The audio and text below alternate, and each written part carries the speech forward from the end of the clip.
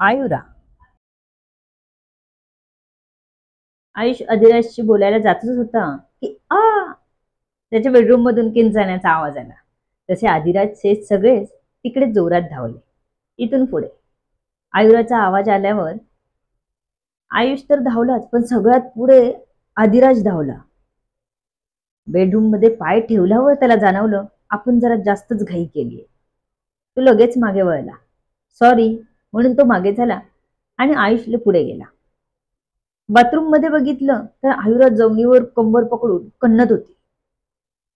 आयु आयुष धावतच तिच्याकडे गेला. पाठोपाठ अवनी निधीही धावले. काय झालं वहिनीला? निधी घाबरतच पुढे होत म्हणाले. तोपर्यंत आयुषने तिला उचलून बाहेर आणलं होतं.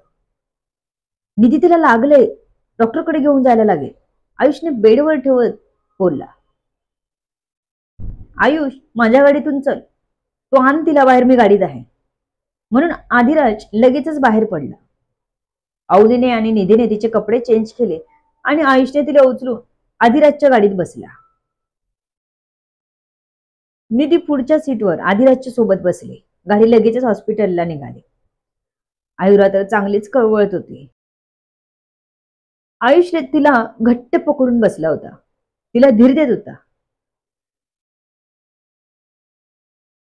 आयुष बाहेर निघून गेल्यावर आयुरा बेडरूम मध्ये सावकाश उठली. ती वॉकर घेऊन हळूहळू बाथरूम मध्ये गेली. वॉकर बाजूला ठेवून ती हाताने भिंतीला पकडत नेहमीप्रमाणे आत गेली. पण तिचा पाय तिथल्या पाण्यावर घसरला आणि तिला हातावर तोल सावरलाच नाही. एका पायाला ऑलरेडी प्लास्टर असल्यामुळे तिचा तोल जाऊन ती खाली पडली. तशी पडताना ती जोरात किंच आली. कळ एवढी लागली की बोलायलाही सुचत नव्हतं, कारण कंबर चांगलीच आपटली होती. फ्रॅक्चर झाल्यासारखं वाटत होतं. आधीच पाय नीट होत नव्हता, त्यात कंबर. कोणाची लागली नजर या आयुला? ह्या गेंड्या आदिराजचीच लागली वाटतं. आयुष तिला घट्ट पकडून बसला होता. तिला खाली उतरवलंच नव्हतं त्याने. तोही टेन्शन मध्ये आला होता, पण चेहऱ्यावर दाखवलं नव्हतं. आदिराजने आपल्या हॉस्पिटलमध्ये कॉल करून आधीच सांगितलं होतं. पोचू आता आपण, आयुष आयुराकडे बघत म्हणाला. आयुराला रडताना बघून त्याच्या हृदयातही कळ येत होती. तिला दुःखात बघून त्यालाही वाईट वाटत होतं. तो तिच्या डोळ्यात बघत नव्हता. आदिराज, किती वेळ लागेल? आयुष एकदम कासावीस होत म्हणाला. त्याची ती आयुरासाठी तगमग दिसत होती. हे काय, आलं हॉस्पिटल, घे तिला सावकाश खाली. आदिराज गाडी थांबवत उतरून बाहेर आला आणि आयुषच्या जवळचा दरवाजा उघडला. आयुषने पटकन आयुराला उचलून घेतलं आणि मोठी मोठी पावलं टाकत हॉस्पिटलकडे चालू लागला. निधीही त्यांच्या मागे धावली. वॉर्डबॉय आधीच स्ट्रेचर घेऊन उभा होता. आयुषने आयुराला त्यावर ठेवलं. हालचाल झाली तशी आयुराला पुन्हा दुखलं. तशी ती कळवळली. आयुषच्या डोळ्यात आयुरासाठी दुःख दिसत होतं. आयुराने आयुषचा हात घट्ट पकडून ठेवला होता. तर डोळ्यात पाणी वाहत होतं. खालचा ओठ घट्ट दाबत, दातात पकडून धरत ती वेदना सहन करायचा आठोकाट प्रयत्न करत होती. आयुष मात्र हे सगळं बघून अस्वस्थ झाला होता. त्याला भीती आणि काळजी दोन्ही वाटत होती. आयुराला काही होता कामा नाही. तो मनोमन देवाला साथ घालत होता. आदिराज सध्या काहीच करू शकत नव्हता. जेवढं होईल तेवढं लांबूनच करत होता. पण डोळे मात्र आयुरावर अटकून पडलेले होते. तिला वेदनेत बघून तो स्वतःला हतबल समजत होता. तो तिला घेऊन पळू शकत नव्हता की उघडपणे तिच्यासाठी दुःख व्यक्त करू शकत नव्हता. मूव फास्ट, आदिराज बोलला तसा स्ट्रेचर घेऊन वॉर्डबॉय आत धावला. आयुषही तिच्या मागे धावला. डॉक्टर आधीच रेडी होते. त्यांनी आयुराला चेक केलं. आयुष तिच्या सोबतच थांबला होता. औषध दिल्यावर तिचं पेन थोडं कमी झालं. तसं तिला स्पेशल वॉर्डमध्ये शिफ्ट करण्यात आलं.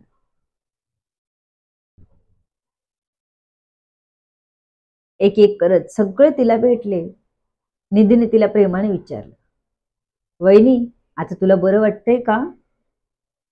त्यावर आयुराने फक्त मान हलवली, कारण तिला अजूनही बरं वाटत नव्हतं. तिला थोडं पेन होत होतं.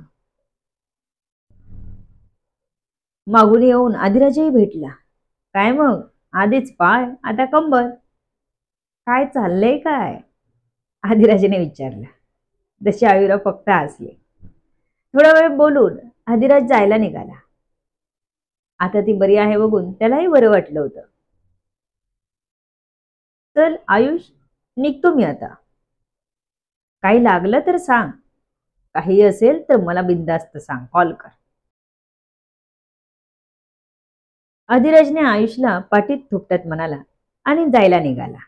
तसं आयुषने निधीलाही घरी जायला सांगितलं. निधी, तू पण जा घरी, मी थांबतो हॉस्पिटलमध्ये. घरी सांग सगळ्यांना आता ती बरी आहे म्हणून.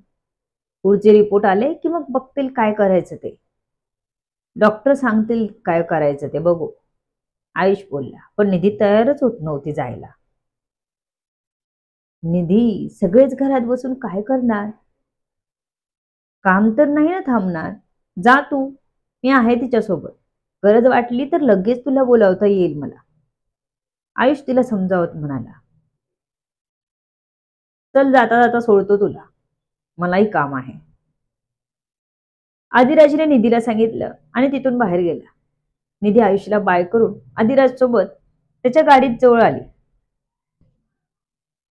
बस, आदिराज म्हणाला.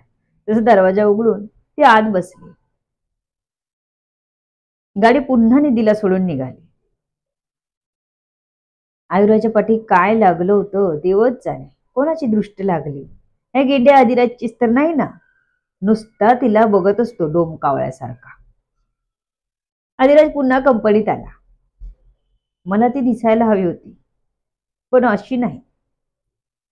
तो रागाने बडबड करत इकडून तिकडे येराझारा घालत होता. म्हणजे आयुरा दिसावी यासाठी तो मनोमन प्रार्थना करत होता देवाकडे, पण ती अशी दुःखात दिसेल असं वाटलं नव्हतं त्याला.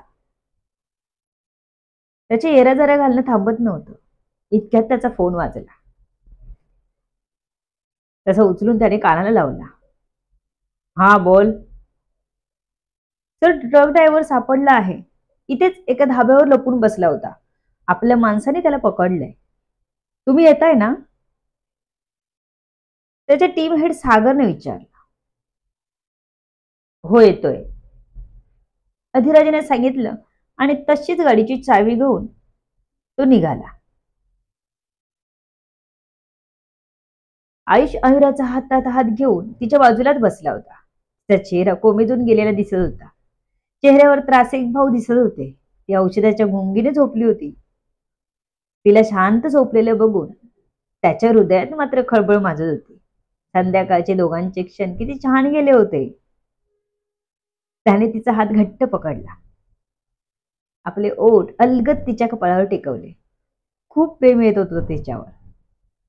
त्याला तिची अवस्था बघून वाईट वाटत होतं. का तिच्या मागे सगळं लागलं होतं? त्याला काही माहित आधिराज नावाचं ग्रहण त्याच्या घराला लागलं आहे. ते जेव्हा त्याला कळेल ना, तेव्हा तो मुळापासून हादरून जाईल. असो, ते कळेलच नंतर. पण सध्या आयुष तिच्याकडे बघून विचारात हरवला होता. डॉक्टर आले तरी त्याचं लक्ष नव्हतं. इतका तो मग्न झाला होता तिला बघण्यात. खोटा खोकला काढून जेव्हा डॉक्टर पुढे आले तेव्हाच तो भानावर आला. तिने लवकरात लवकर बरं व्हावं हेच तो मनाशी म्हणत होता. तिला सारखं सारखं दुःखात बघू शकत नव्हता तो. डॉक्टर, तिला जेवढं होईल ना तेवढं लवकर बरं करा. तो एकदम भावुक होत डॉक्टरांना म्हणाला. हो, आदिराज सरांनी ऑलरेडी सांगितलं आहे आम्हाला. आम्ही आमचे जेवढं होतील तेवढं नक्कीच प्रयत्न करणार, डॉक्टर म्हणाले. तसं आयुषला आदिराजबद्दल अजूनच आपुलकी वाटली. कोण करतं एवढं? आयुष मनाशीच विचार करत होता. त्याला माहित नव्हतं की तो किती स्वार्थी माणूस आहे, धूर्तही तेवढाच आहे. पण सध्या आयुष आदिराजच्या ह्या कृतीवर खूपच खुश झाला होता. देवाचे आभार मानले त्याने की आदिराज सारखा माणूस त्याने आपल्या आयुष्यात दिला. पण ज्या दिवशी सत्य समोर येईल तेव्हा हाच देवाला दोष देईल की का असा माणूस माझ्या आयुष्यात आला म्हणून. नाही बडवून घेतलं डोकं तर बघच. आदिराजला मनोमन थँक्यू म्हणाला, कारण तो होता म्हणून लगेच हॉस्पिटलला आणता आलं होतं. नाहीतर मिडल क्लास लोकांचं आयुष्य असं की रिक्षाला हात दाखवा, मग थांबली तर त्यात बसा. पण आदिराजने कोणताही विचार न करता दुसऱ्या मिनिटाला गाडी काढली होती स्वतःची आणि स्वतःच्याच हॉस्पिटलमध्ये घेऊन आला होता. त्याचं हॉस्पिटल होतं म्हणजे उपचार चांगलेच होणार आणि पैशाची चिंता नव्हती. आदिराज त्याला पैशासाठी कधीच विचारणार नव्हता याची त्याला खात्री होती. तिची रिपोर्ट उद्या येणार होते. कमरेची सूज अजून कमी झाली नव्हती. फक्त पेन किलर औषध दिल्यामुळे तिला आराम वाटला होता. आयुषला आजची रात्र इथेच काढायची होती. निधी घरी गेली तर तिला सगळ्यांनी घेरलं. आयुरा कशी आहे हे विचारून सगळ्यांना ती बरी आहे हे कळल्यावरच जीवाला शांती मिळाली होती.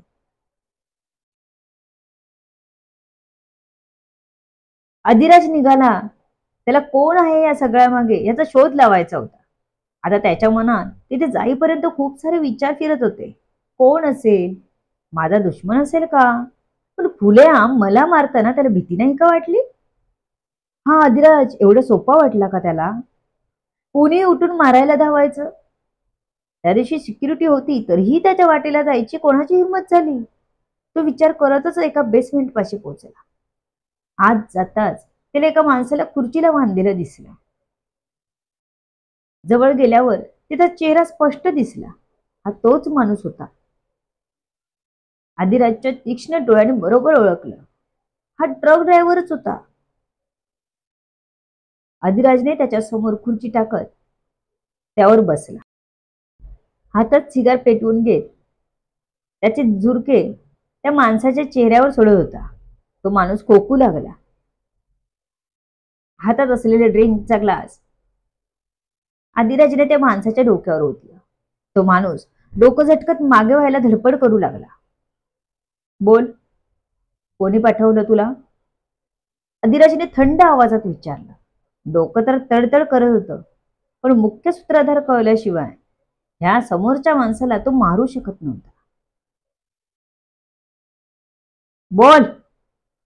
तो माणूस अजूनही बोलत नव्हता म्हणून त्याने पुन्हा जोरात विचारलं. मला मला माहित नाही. मी काहीच केलं नाही. तुमच्या माणसांचा काहीतरी गैरसमज झालाय. तो माणूस म्हणाला. जसा हातातला ग्लास बाजूच्या टेबलवर जोरात आपटून त्याने त्याच्या डोळ्यासमोर धरला. सांगतोस की डोळे नको आहे तुला? अधिराज डोळ्यात राग आणत म्हणाला. त्याचे डोळे खरंच लाल झाले होते. तो फुटलेला ग्लास आपल्या डोळ्यांच्या अगदी जवळ बघून त्या माणसाला घाम फुटला. त्याचे ते भयानक रूप बघून तो माणूस चांगलाच घाबरला. सर सर मी सांगतो, तो माणूस घाबरून म्हणाला. तसा आदिराजने तो ग्लास खाली घेतला. सांग. आदिराज एक पाय अळटी दुसऱ्या पायावर ठेवत मागे रेलून बसत म्हणाला. सर मला माहित नाही. फक्त फोनवर मला सुपारी मिळाली होती, त्या माणसाने सांगितले. कोणाची सुपारी मिळाली होती? अधिराजने विचारला. To be continue. सर्व गोष्टी जाणून घेण्यासाठी पुढील येणारे भाग वाचायला आणि ऐकायला विसरू नका. तुमच्या अमूल्य प्रतिसादाची आतुरतेने वाट बघते. लेखिका शब्दवेदी उर्फ संतोषी गजानन राणे पाताळे. धन्यवाद. या कथेला जास्तीत जास्त लोकांपर्यंत शेअर करा, लाईक करा, कमेंट करा.